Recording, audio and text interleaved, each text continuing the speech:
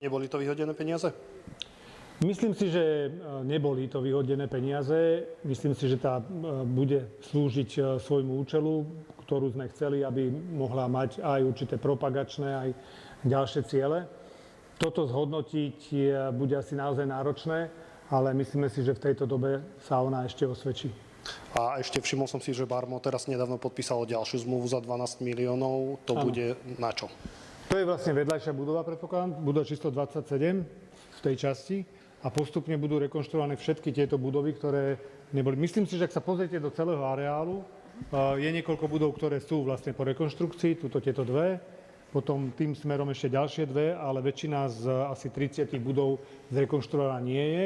A ako som povedal, aj táto budova ešte dozná zmeny, hlavne okolie, kedy sa vlastne na novo budú robiť komunikačné štruktúry pre celý areál, do ktorého sa postupne majú nasťahovať všetky oddelenia ministerstva a ozbrojených síl, ktoré sú poroztrúsované všelikde v Bratislave, a tak sa jednotlivé budovy budú rekonštruovať ďalej spolu s jedným centrálnym parkovacím domom, ktorý bude na tej zelenej časti tu za toto rekonštruovanou budovou, na ktorú ste sa pýtali.